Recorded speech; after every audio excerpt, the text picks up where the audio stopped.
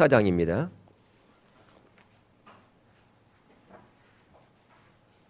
1절에서 14절의 말씀을 한 절씩 교독하도록 하겠습니다.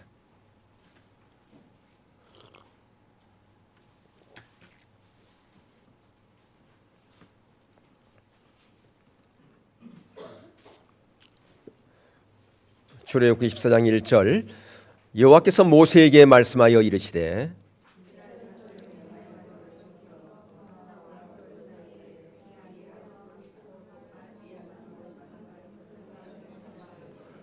바로가 이스라엘 자손에 대하여 말하기를 그들이 그 땅에서 멀리 떠나 광야에 갇힌 바 되었다 하리라.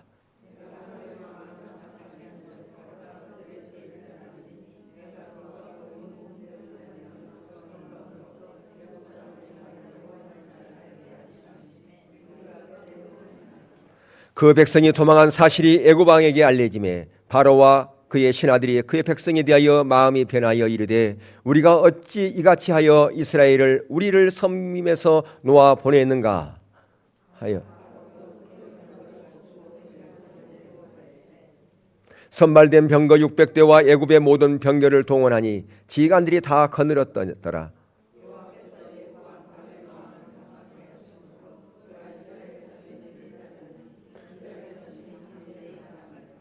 애굽 사람들과 바로의 말들, 병거들과 그 마병과 그 군대가 그들의 뒤를 따라 바알스본 맞은편 비아하롯 곁 해변 그들의 장막 침대에 미치니라.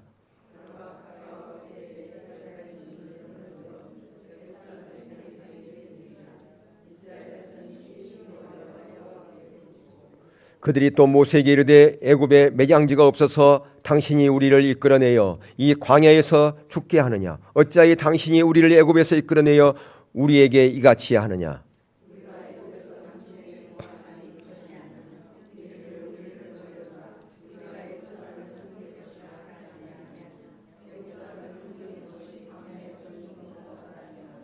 모세가 백성에게 이르되 너희는 두려워하지 말고 가만히 서서 여호와께서 오늘 너희를 위하여 행하시는 구원을 보라. 너희가 오늘 본 애굽 사람을 영원히 다시 보지 아니하리라.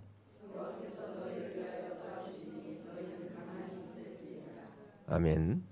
우리가 교회 출석에서 어느 정도 믿음이 자라면 우리는 세례라고 하는 의식을 하게 됩니다. 물론 유아 세례 받은 사람은 입교식을 하지요. 그래서 이게 세례를 받으면 정식 교인이 된다라고 하는 그런 타이틀이 주어지기도 합니다만은, 그러나 그런 타이틀이 주어지는 그것이 목적이 아니라 세례의 분명한 목적을 우리가 알 필요가 있다라고 하는 것이죠. 세례라고 하는 것은 성부와 성자와 성령의 이름으로 우리가 세례를 받은 그 의식은 바로 내가 물에 잠겨 죽었다, 내 자아가 죽었다라고 하는 그 의식을 거행함으로 말미암아 그것을 모든 사람들에게 선포하는 것입니다. 이제는 내 자아가 죽었기 때문에 이제는 내 본성을 따라서 살아가는 것이 아니라 전적으로 내 안에 계신 성령님께 주권을 내드리고 그분의 인도하심과 그분의 의도를 따라서 나는 살아가겠습니다라고 하는 그것을 모든 사람들에게 선포하는 것이고 하나님과 약속하는 것, 그게 바로 세례의 의식이다라고 하는 것입니다. 그렇기 때문에 이제 그 세례를 행했다고 하는 것은 십자가와 매우 밀접한 관련이 있습니다. 십자가와 어떤 관련이 있을까? 여러분 잘 생각해 보세요. 우리가 지금 출애굽기를 계속해서 강의하고 있는데 애굽 사람들은 지금 장자 재앙을 통해서 죽었어요. 그래서 그들 가운데 지금 통곡의 소리가 가득합니다. 온 애굽에 통곡의 소리가 가득해요.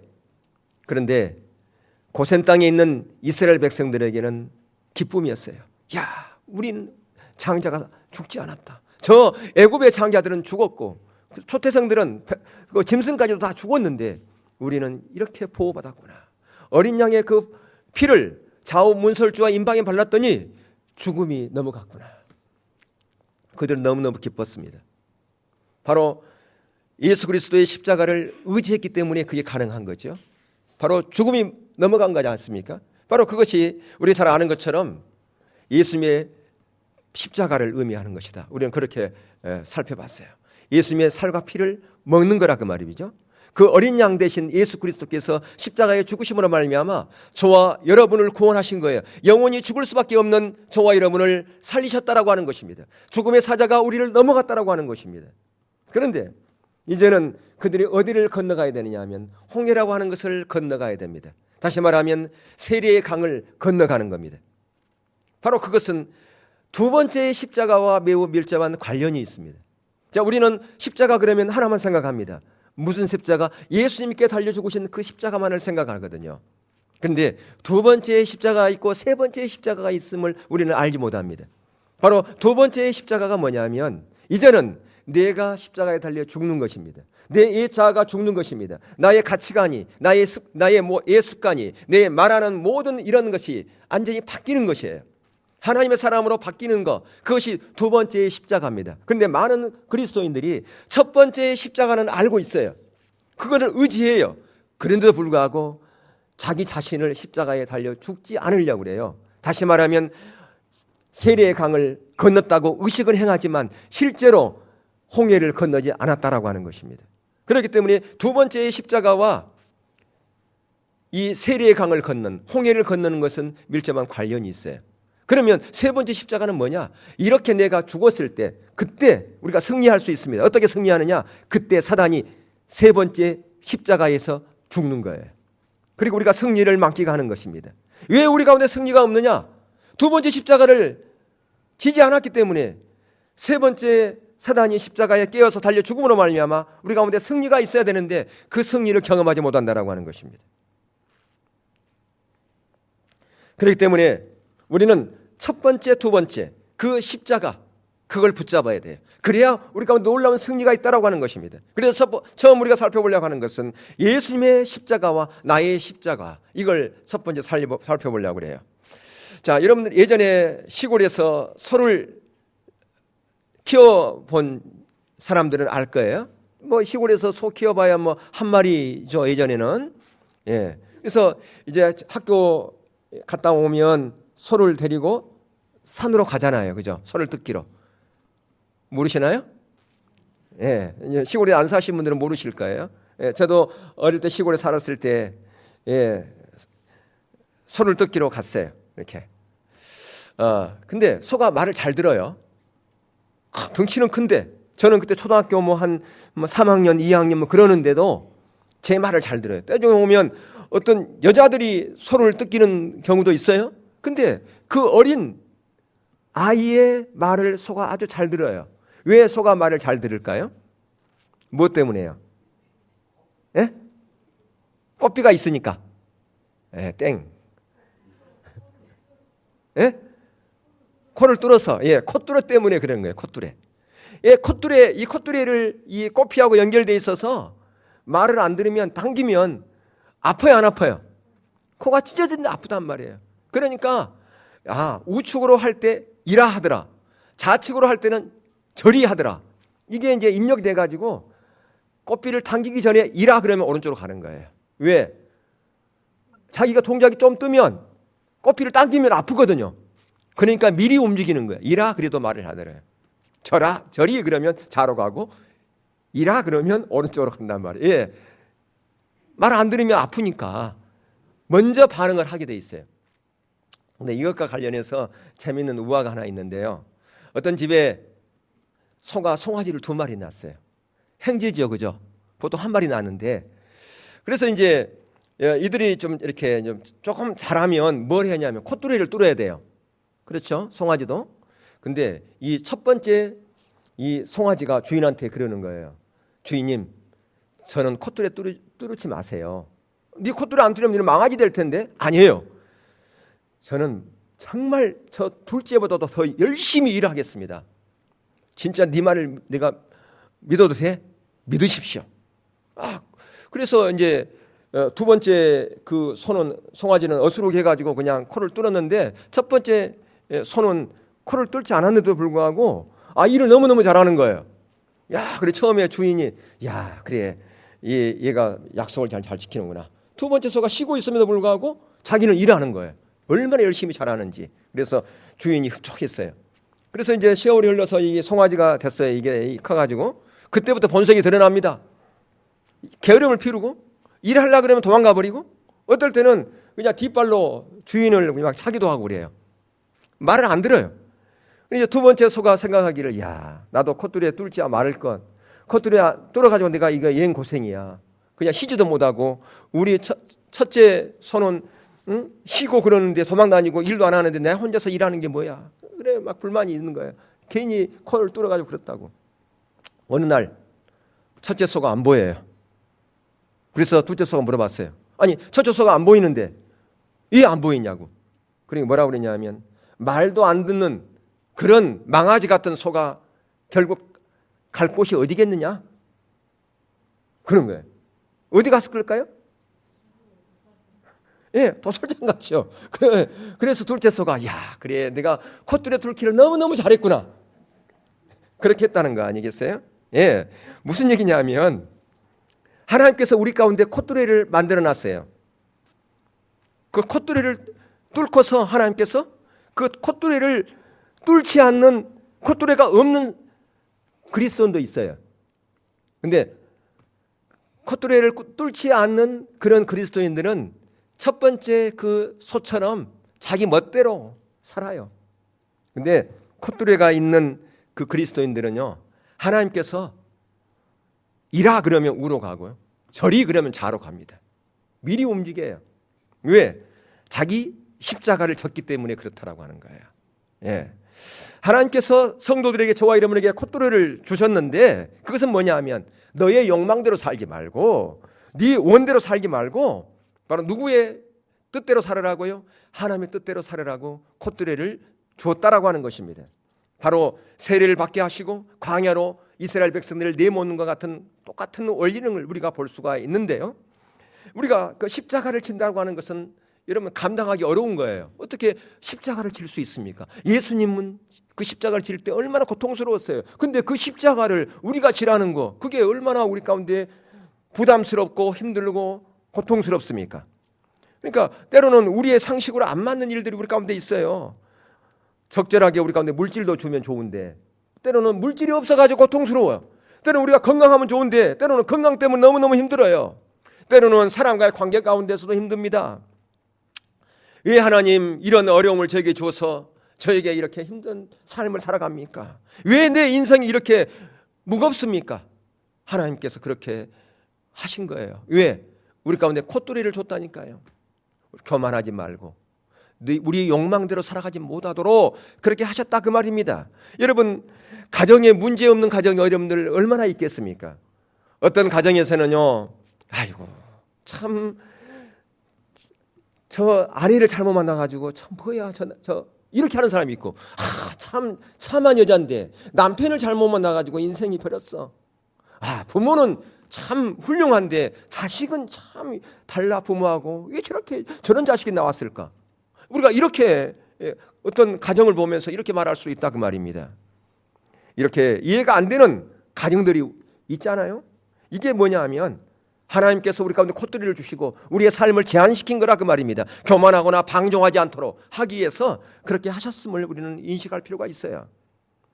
우리가 조그마한 어떤 환경의 움직임 가운데서도 우리가 정말 힘들고 우리가 어찌할 바를 모르고 그런 가운데서 우리의 길을 따라가는 것이 아니라 우리의 방법을 따라가는 것이 아니라 철저하게 하나님의 길을 따라가라고 하나님의 음성을 듣고서 순종하는 삶을 살도록 그렇게 하셨다. 그게 바로 자기 십자가라 그 말이에요. 자기 십자가를 지고 나를 쫓으라 그렇게 말씀한 거예요. 바로 그게 콧뚜레라 그 말이에요. 하나님의 뜻을 쫓아서 살아가도록.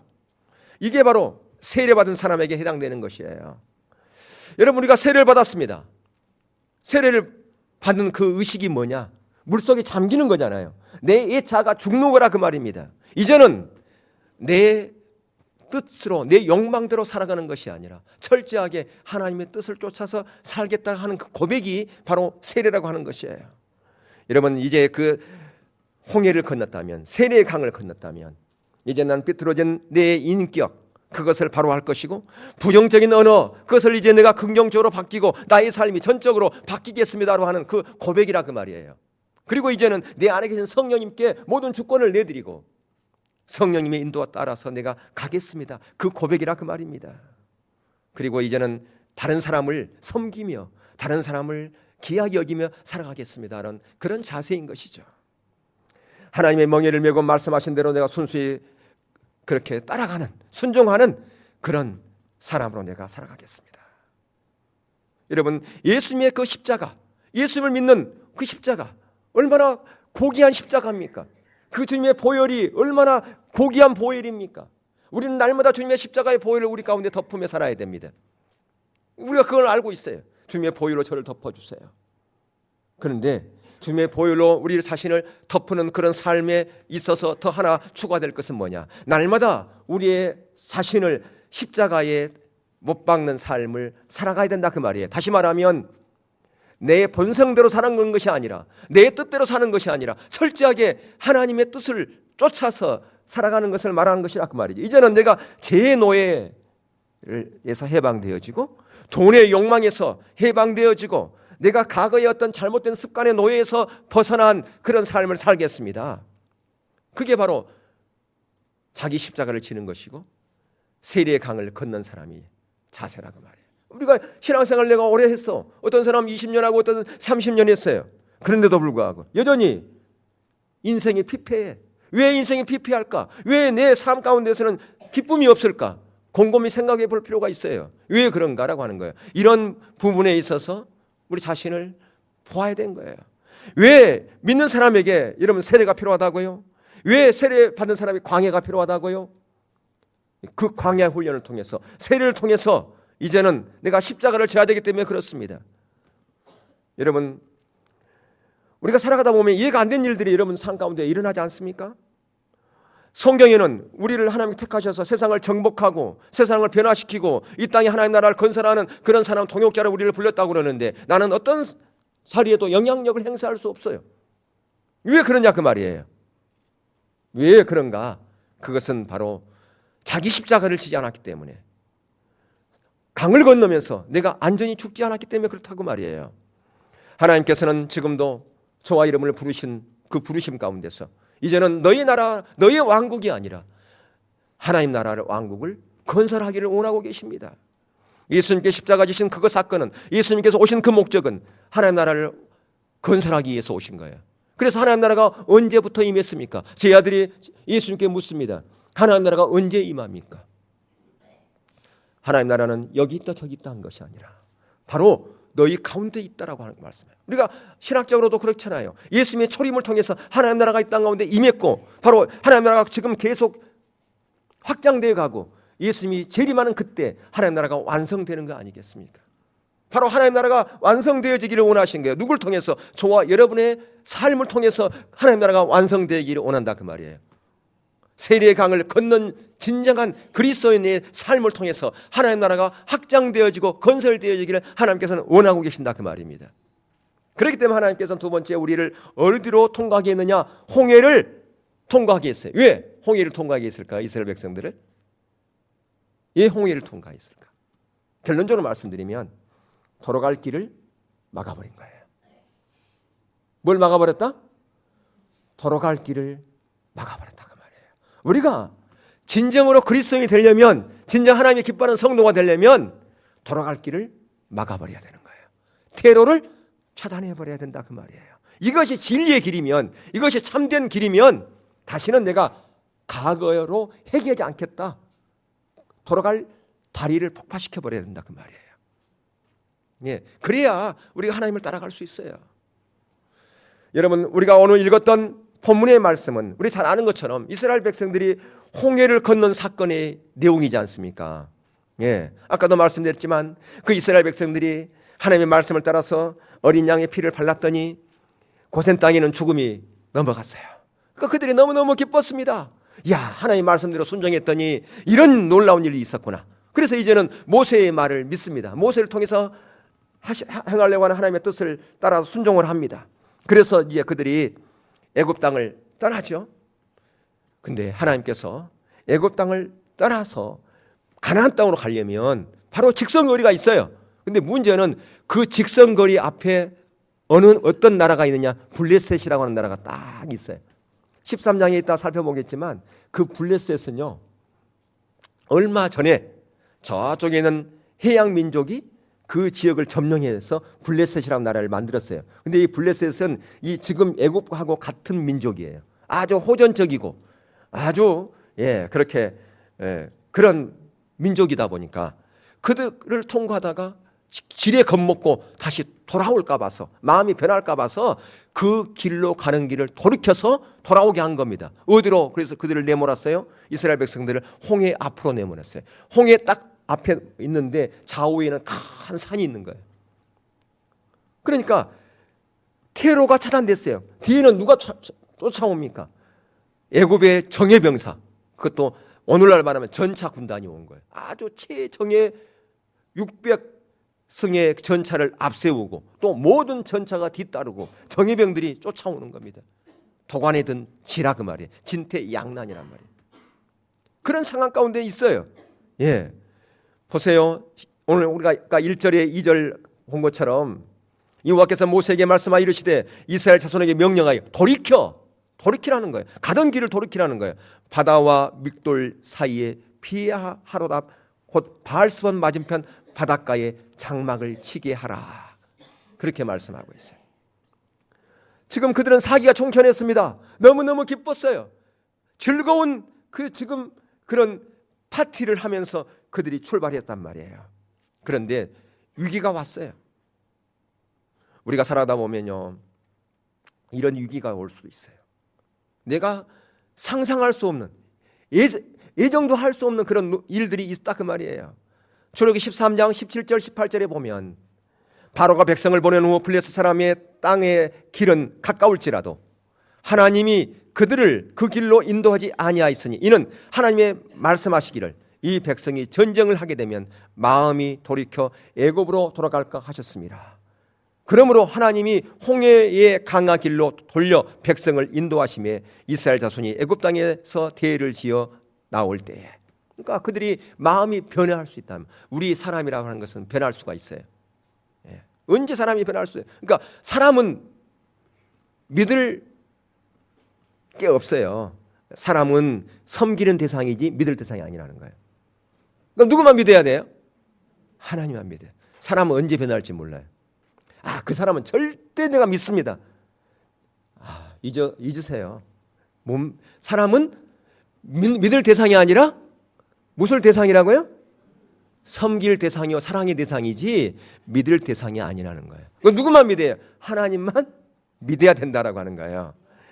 그래서 이제 그들이 언제 변할지 모르니까 그들을 홍해를 건너게 하게 해서 돌아갈 길을 차단시켜 버렸다 그 말이에요.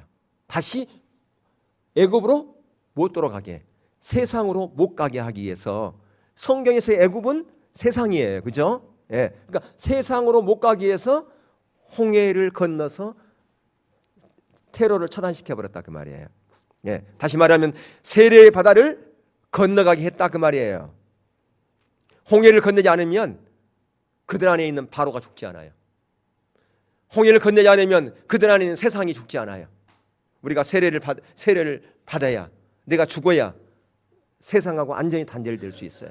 내가 아직 안 죽어 있으면 세상 것이 계속해서 나를 꼬드깁니다.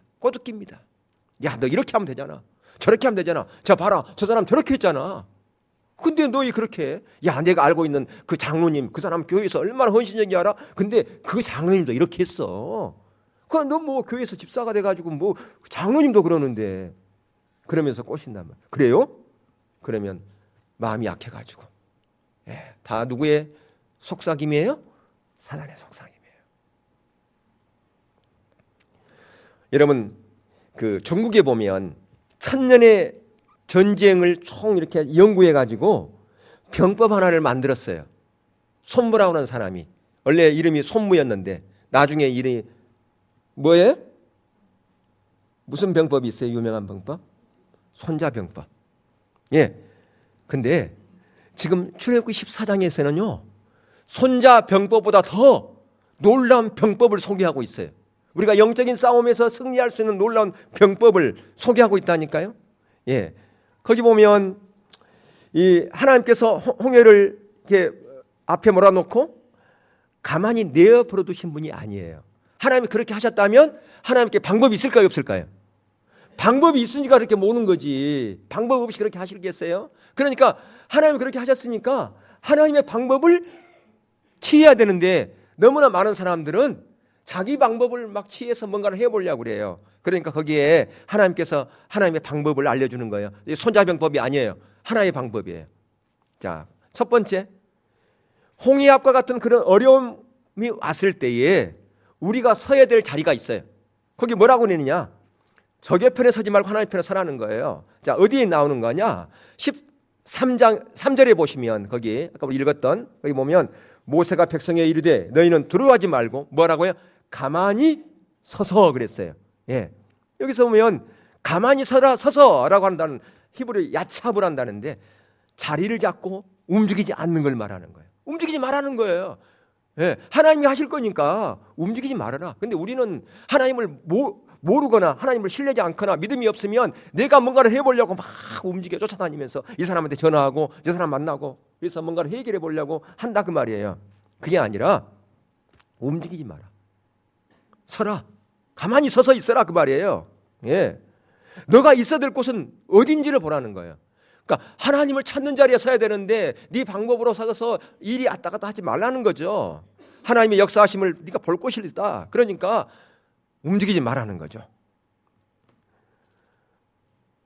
장소가 나의 생각 전혀 다르다고 해서 불평하지 말아야 돼요.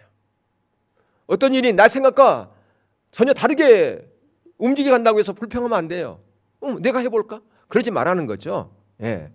서라는 거예요. 하나님 앞에 서라. 하나님 앞에 서서 있으면 되는 거예요. 어디에 서 있으라고요? 하나님 앞에. 하나님의 말씀 앞에 서서. 이게 하나님의 말씀이냐? 이게 하나님의 정당한 방법이냐? 그걸 보라는 거예요. 자, 세상 방법을 하면 이거 너무 쉬운데요. 누구한테 전화하면 이거 한 통하면 끝나는데요. 그 사람이 높은 자리에 있거든요. 그분한테 전화해서 이거 해결하면 금방 돼요. 하지 말라는 거예요. 하나님 앞에 서서 이게 전화해서 하는 것이 하나님의 방법이 아니라면 전화하지도 말라는 거예요. 하나님 앞에 서기만 말씀 앞에 서라는 거예요. 정직하게 서라는 거예요. 두 번째, 하나님 불평하지 말고 가만히 있으라는 거예요. 예. 그러니까 하나님을 내 편으로 모시는 방법. 그러니까 서서 있는 것도 중요한데 더 중요한 것이 있어요. 서서 하나님 앞에 서서 말씀 앞에 서서 이 두 번째 너무너무 중요해요. 그게 뭐냐면 불평하지 말고 서라. 거기에 14절에 보면 가만히 있을지니라 여호와께서 너희를 위하여 싸우시느니 너희는 뭐하라고요? 가만히 있을지. 하나님께 싸우다라고 말이에요. 이 가만히 있다는 이게 뭐냐면 하라시라는 거예요. 그러니까 이게 뭐냐면 우리말 성경이 좀 번역이 좀 언어에 보다 조금 그래요. 언어대로 했으면 훨씬 좋았을 것 같아요. 뭐냐? 입 다물고 있으라 그런 말이에요. 그러니까 여호와께서 너희를 위해 싸우시느니 너희는 입 다물고 있어 그 얘기예요. 벙어리가 되라 그 말이에요. 벙어리가. 그러니까 이 다른 말은 잠잠하다 그런 뜻이고 입을 다물다 벙어리가 되다 이게 언어의 뜻이에요. 그러니까 입 다물고 있으면 되는데 우리는 그냥 보세요. 이스라엘 백성이 뭐하고 있었는지. 입 다물고 있었는가요? 11절 12절에 보세요. 애굽에 매장지가 없어서 우리를 여기로 끌고 왔냐. 애굽에서 당신에게 이런 말이 이것이냐 아니냐. 이러기를 우리가 내버려 두라. 우리가 애굽 사람을 섬길 것이라 했는데 왜 이곳을 데리고 와서 우리를 여기서 죽게 하느냐. 불평불만 하잖아요 지금. 예. 진퇴양난 절명의 순간. 물론 우리가 연약하기 때문에 그럴 수 있다고 생각할 수 있어요. 근데 그런 긴박한 상황 가운데서도 부정적인 말을 하면 안 된다는 거예요. 차라리 그때 죽었으면 좋았을 뻔했어. 예수 안 믿었으면 좋았는데 왜 예수 믿게 나를 교회에 데리고 와가지고 내가 이런 꼴을 당하게 만들어. 막 이렇게 얘기를 합니다. 예수 믿으면 잘 된다며. 교회 나가면 뭐 잘 된다면서 왜 근데 교회 나갔는데 이런 안 좋은 일 많이 생겨? 이렇게 얘기를 합니다. 부정적인 사고와 원해는 그런 언어들은요. 뭘 불러들이냐면요. 불뱀을 불러들여요. 우리 광야에서 불뱀에 이스라엘 백성들이 수많은 사람이 물렸잖아요. 뭐 때문에? 부정적인 말 때문에 불뱀이 그 공동체에 있는 이스라엘 백성들을 물었잖아요. 바로 부정적인 언어는 불평의 언어는 뭘 불러들인다? 불뱀을 불러들인다 그 말입니다. 또 사람들은 그러니까 사단은요, 하나님의 백성들을 넘어뜨릴 때 뭘 사용하는지 아세요? 불평의 불화살을 사용합니다. 불평의 불화살. 원망과 불평의 불화살을 사용한다 그 말이에요. 근데 한 사람이 원망하고 불평하면요, 그게 다른 사람의 심령을 상하게 하고요, 온 공동체의 진을 오염시켜 버립니다. 교회를 욕하고 또 어떤 사람 목회자가 이렇다 저렇다 부정적인 말을 하지 않습니까? 그러면 믿음이 연약한 사람들은 금방 그게 영향력을 받아요. 그래서 많은 사람이 휘청휘청거립니다. 교회에 이런 거 관련해서 세 부류의 사람들이 있어요. 한 사람은 뭐냐면 불평의 불화살을 막 쏘아대는 사람이 있어요. 그리고 또 한 사람은 간망하는 사람이 있어요. 그거 나하고 무슨 상관이야? 나 일도 아닌데 뭐. 그리고 듣고서 가만히 있어 그냥 뭐 그렇지 뭐. 근데 세 번째 사람이 있어요. 어떤 세 번째 사람은 믿음의 방패를 가지고 그 불화살을 막는 사람이 있어요. 집사님, 그것은 하나님의 기준이 아니잖아요. 왜 그런 부정적인 말을 해서 시킵니까? 저에게 영향력을 줍니까? 저 안 듣는 걸로 하겠습니다. 더 이상 그런 말 하지 마세요. 딱 이렇게 믿음의 방패를 가지고 막아서는 사람이 있다 그 말이에요. 저와 여러분 가운데 여러분들은 어떤 부류의 사람이 되고 싶어요? 맨날 불화살만 쏘는 사람이겠어요? 아니면 그냥 나하고 상관이 없으니까 그냥 간망하겠다? 아니면 믿음의 방패를 가지고 막는 그런 사람이 되고 싶습니까? 여러분 생각해 보세요. 어떤 부류의 사람을 하나님께서 더 귀하게 여기시겠습니까? 어떤 부류의 사람을 하나님께 사랑하시겠습니까? 어떤 사람의 부류의 사람이 기도하면 그 기도의 응답이 있겠습니까? 맨날 불평에 불화살을 쌓고 공동체를 오염시키는 그런 사람이 기도를 하면 하나님이 들으시겠어요? 어떤 가정에 자녀들을 여러분들이 많이 키우다 보면 물론 여러분들이 그런 부분이 있을 수 있을 건데요, 어떤 자녀는 맨날 부모의 마음을 아프게 하고 맨날 달라는 것만 맨날 달라고 그래. 근데 어떤 아들은 부모를 그렇게 기쁘게 하면서도 달란 말을 안 해. 필요해도. 그러면 부모가 속이 타는 거예요. 야, 좀 달라 그래라. 너 필요한 거 있으면 얘기해. 그래가지고는 야, 너 이거 필요하지 이거. 응? 이거 사야지. 이게 사줄게 이거. 빨리 말해. 그래가지고 아니야 필요 없어요. 그러면 막 사가지고 와서 줘. 달란 말 안 해도. 그렇지 않나요? 똑같은 거예요. 이 이치가. 그러면서 맨날 불화살을 쏘아대면서 나는 기도하면 하나님께서 왜 나는 안 들어주냐고 이렇게 얘기하는 사람이 있단 말이에요. 당연히 안 들어주죠. 기도 응답이 막힌데.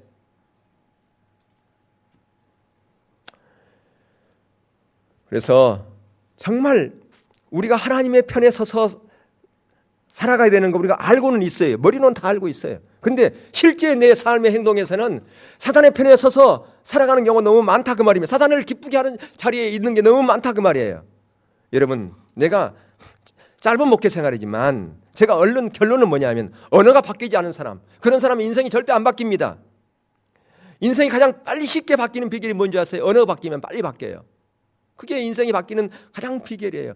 기도 응답하는 비결, 가장 빠른 비결, 언어가 바뀌면 되는 거예요. 그러면 사고 체계도 바뀌게 돼 있습니다. 행동 양식이 바뀌게 돼 있어요. 세 번째, 우리가 문제 앞에 섰을 때 문제를 보지 말고 하나님께 집중하라는 거예요. 이게 하나님의 병법이에요. 그게 나라고 하는 건데 13절에 보면 구원을 보라 그랬어요. 예. 너희를 위하여 행하시는 구원을 보라 그랬단 말이에요. 보라. 그게 바로 나입니다. 지금 이스라엘 백성들은 뭐만 보이냐? 홍해만 보이고 넘실거리는 홍해만 보이고 애굽의 군사들만 보이는 거예요 지금. 그러니까 그거 보지 말고 하나님의 구원을 보라. 누구를 보라는 거예요? 하나님을 보라는 거예요. 이게 영적인 전쟁에서 승리하는 비결이에요. 하나님의 병법에 승리하는 비결이라고. 문제 보면, 환경 보면 지게 돼 있어요. 그러나 그 환경 너머에서 역사하시는 하나님의 구원의 손길을 보면 승리할 수 있다라고 하는 것입니다.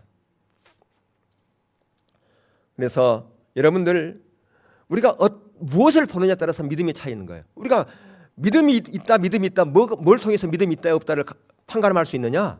어려움 상황 가운데 있을 때. 그러니까 내가 문제가 없을 때는 그 사람 믿음이 있는지 없는지 잘 몰라요. 다 믿음이 좋은 것 같아. 근데 문제를, 어떤 어려움이 닥쳤을 때, 문제가 닥쳤을 때 그 사람이 진짜 믿음이 없는가 있는가가 판가름 난다니까요.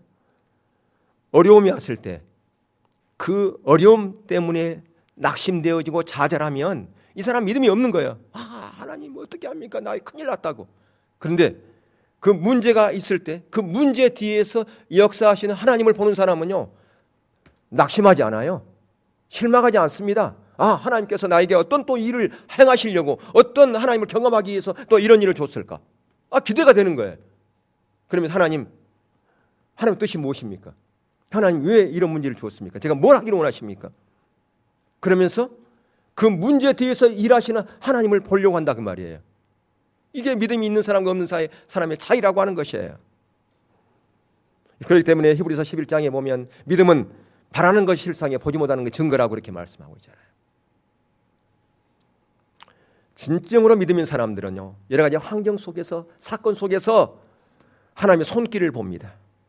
여러분 베드로 보세요. 베드로가 이 바다를 건넜을 때 배에 계신 예수님 오라고 할 때 갔잖아요. 잘 건넜어요. 파도를 잘 타고서 바다를 건너가고 있었어요. 근데 그가 빠지잖아요. 왜 빠졌어요? 뭘 보니까? 파도를 보니까. 근데 다시 그가 예수님을 바르니까 다시 일어서서 걸을 수 있었잖아요. 예, 파도를 보면 빠지게 돼 있어요. 그러니까 누구를 봐야 돼요? 예수님을, 하나님을 봐야 돼요. 우리의 상황 어렵고 힘들어도 파도와 같은 그런 어려움 가운데 있어도 주님 보면 그 파도를 이길 수 있다 그 말이에요. 아멘. 예, 여러분 어느 가정, 어느 공동체든 문제 없는 데가 없어요. 다 문제 있어요. 예. 근데 하나님께서 문제를 주신 이유가 있다니까요. 그 문제 속에서 역사하신 하나님을 경험하라고 문제를 주신다니까요. 그러니까 문제가 왔을 때 하나님 왜 이런 어려움을 줬습니까? 왜 이런 문제를 줬습니까? 물어보고 제가 서야 될 자리가 어디입니까? 불평하지 말고 하나님의 구원의 역사를 보려고 하시라 그 말이에요. 그러면 이게 그냥 되어지느냐? 훈련 없이 안 돼요. 모든 게. 우리 믿음이라고 하는 것이 훈련 없이 그냥 되어지면 얼마나 좋겠어요. 그냥 하나님의 은혜를 구하고 서면 그냥 다 되어지는가요? 아니라는 거예요. 몇 가지 훈련이 필요합니다. 첫 번째는 어떤 어려움이 있어도 불평하지 말고 무엇부터 해야 되느냐? 감사부터 하시라니까요. 그러니까 그냥 감사가 안 되어지니까 뭐 하느냐? 감사의 제목을 찾으세요. 감사할 게 없는가 적으라 그 말이에요. 감사할 게 없는가. 그러니까 감사거리를 하나 둘 적다 보면 하나님의 움직임이 그때 보이는 거예요. 그래서 범사에 감사라 그러는 거예요. 감사를 통해서 하나님께 일하신단 말이에요. 하나님께서 범사에 감사라고 그랬잖아요. 이 문제를 통해서 하나님께서 일하실 거 저는 믿습니다. 경험할 거 믿습니다. 감사한 거면 언제 하라고 그랬어요? 감사한 거면 좋은 일 생기면 감사하는 거 그건 다 한다니까. 안 믿는 사람도 해요. 감사한 거면 언제 하느냐? 문제가 닥쳤을 때, 어려움이 있을 때 그때 감사한 거 하는 거예요. 왜? 이 문제를 해결해 주실 것을 저는 믿습니다라고 감사한 거 한다 그 말이에요. 감사한 거면 그때 하는 거예요. 감사한 거면. 우리는 좋은 일 있을 때 그때 감사해. 그러지 말고 그때도 하시고 언제 하시라고요? 감사한 금을 문제가 닥쳤을 때 그때 하시라고요. 하나님께서 이 문제를 해결해 줄 줄 믿습니다. 이걸 통해서 하나님을 경험할 줄로 믿습니다. 감사합니다. 그렇게 감사한 금 하시라고 말이에요. 이렇게 이런 자세를 가지고 감사의 이 일들을 하나 적다 보면 하나님께서 인도하시는 것이 그때 보이는 거예요. 그리고 하나님께서 이렇게 하시려고 저에게 이런 문제를 줬구나. 그러면서 내가 돌이키고 내가 잘못한 길을 갔다면 돌이켜서 하나님의 길로 따라가. 그래서 거기서 하나님의 역사를 경험한다 그 말이에요. 그래서 감사거리가 있는 거죠. 예. 두 번째는 사고의 전환입니다. 자기 중심적인 가치관을 깨뜨린 사고의 전환이에요. 우리가 신앙생활 하는 데 있어서 가장 큰 걸림돌은 뭐냐? 자기 중심이에요. 여러분 강조했지만 자기 중심성은 타락의 본질이에요. 어디서부터 자기 중심성이 왔다고요? 선악과를 따먹는 그것부터. 그러니까 아담과 하와가 선악과를 따먹기 전에는 그들은 하나님 중심적인 삶을 살았어요. 그렇죠? 근데 그들이 선악과를 따먹는 그 순간 자기 중심적인 자리로 가버렸어요. 그러니까 자기 중심성은 타락의 본질이라니까요. 우리의 옛 자아라 그 말이에요. 그러니까 이 자기 중심성이 깨뜨려지지 않고서는 절대로 사고 체계가 변하지 않습니다. 뭐냐면 내 중심적인 사고, 모든 것을 내 중심적인 걸로 생각을 해. 사람과의 관계에서도요, 어떤 사람이 100가지를 잘해줬어, 10가지를 잘해줬어. 근데 그러다가 상대방이 나한테 한 가지 잘못한 일이 있으면요, 10가지 잘해준 거, 100가지 잘해준 거 다 잊어버리고 한 가지 잘못해준 거, 그것 때문에 상처받고 그것 때문에 힘들어합니다. 그리고 내 안에 이 아픔이 계속 쌓이고, 그래 나가 힘들다고 이렇게 얘기를 해요. 예.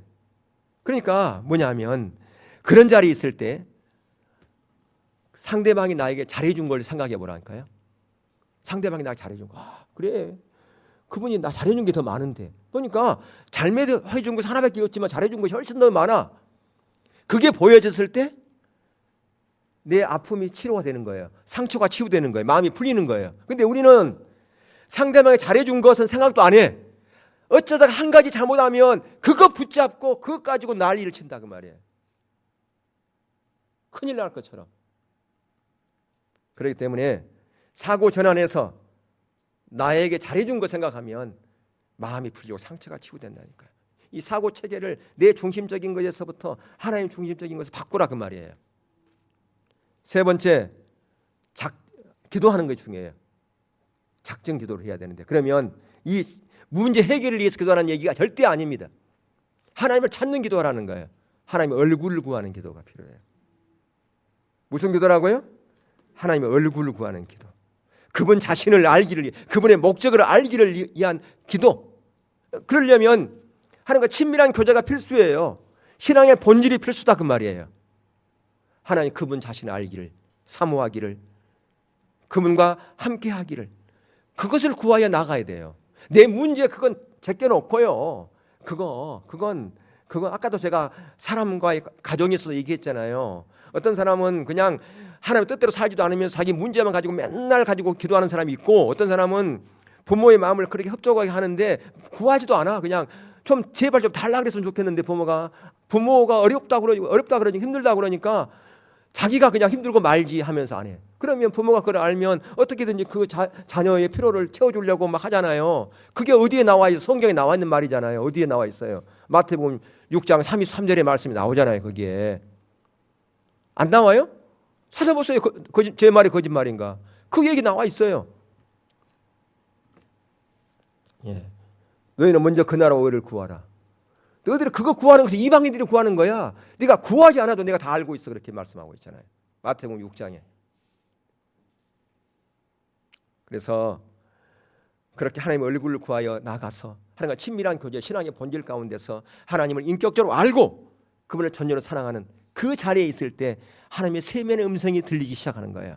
세면의 음성이 들려서 뭐 때문에 음성을 들으려고 그러느냐?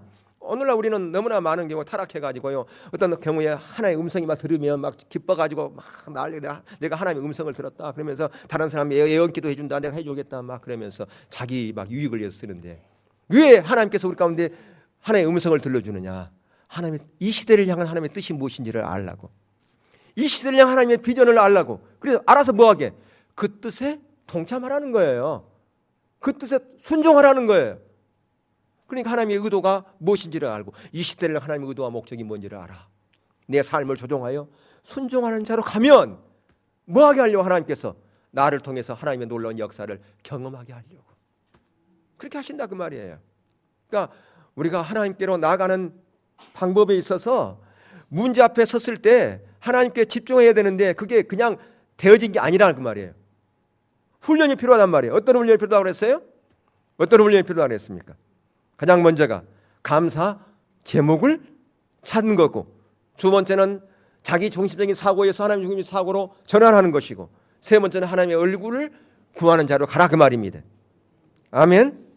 예, 이렇게 가면 하나님의 역사를 경험하는데, 역사를 경험했어요. 15장에 가면, 출애굽기 15장에 가면 그 이스라엘 백성들이 홍해를 건너서 거기서 하나님께 영광의 노래를 불러요. 봅시다.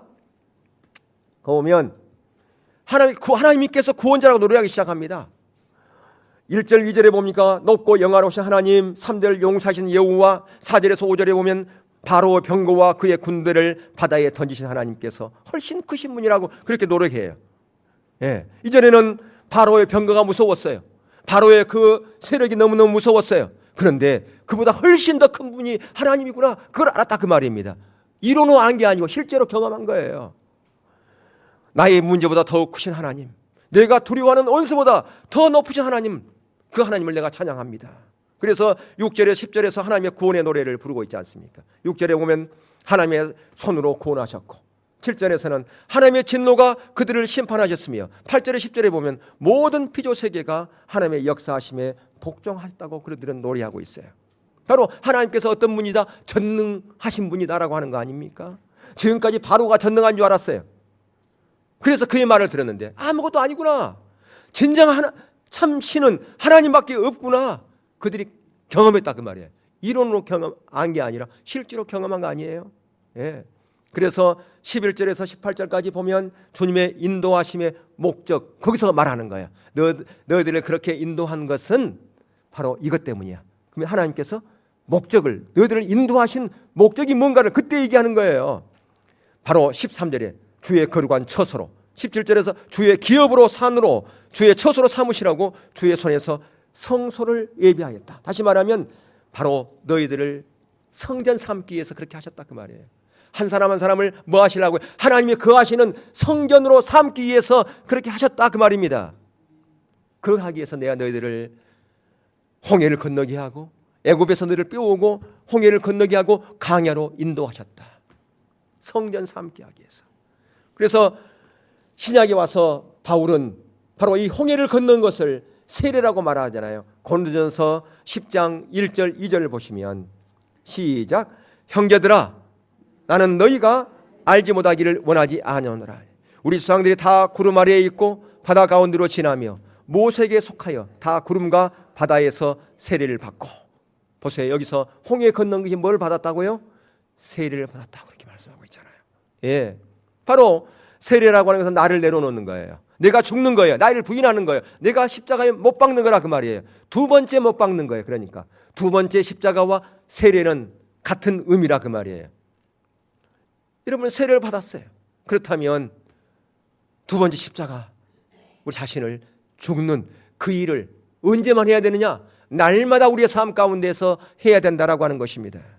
여러분, 우리가 계약을 위반하면 엄청난 손해를 보지만 계약을 잘하면 우리가 이득이 있어요. 마찬가지예요. 하나님과 우리가 언약을 맺었어요. 우리는 언약 백성이에요.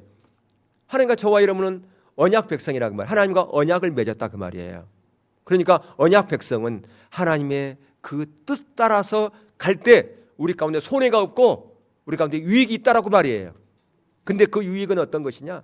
바로 세례강을 걷는 것이고, 날마다 자기 십자가를 지는 것이고, 날마다 나 자신을 부인하며 살아가는 것이다 그 말입니다.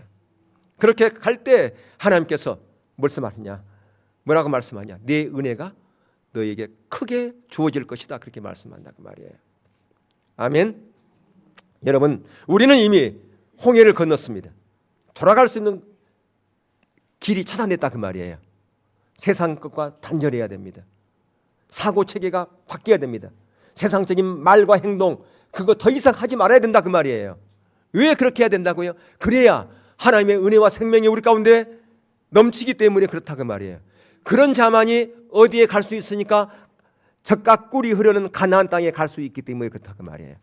이런 과정을 거쳤어도 1세대 이스라엘 백성들이 계속해서 불평하고 그들이 불신 가운데서 하나님을 노하게 됐을 때 가나안 들어갔어요? 못 갔어요? 못 갔지요. 왜 습관? 그걸 여전히 버리지 못했기 때문에. 그러나 이 세대는 그들이 정말 이 언약을 바로 지킴으로 말미암아 젖과 꿀이 흐르는 가나안 땅에 들어갔다 그 말이에요. 다시 말하면, 오늘날 말하면 하나님의 놀라운 생명과 은혜와 복이 우리의 삶 가운데 넘친다 그 말이에요. 기도의 응답이 있다 그 말이에요. 우리가 그렇게 살지 않으면서 기도의 응답을 바란다. 어불성설이죠. 예. 그래서 여러분들 원하기는 날마다 자기 십자가를 지고 우리의 자아가 죽어지고 세상의 가치관이 죽어지고 세상의 풍습이 주어지고 죽어지고 세상의 언어가 완전히 죽어 변화되어져서 하나님의 기뻐하는 그런 언약 백성으로서의 삶을 살아감으로 말미암아 하나님께서 우리에게 예비해 놓으신 그 놀라운 그 가나안의 축복을 여러분의 삶 가운데서 날마다 누리며 살아갈 수 있기를 주의 이름으로 축원합니다.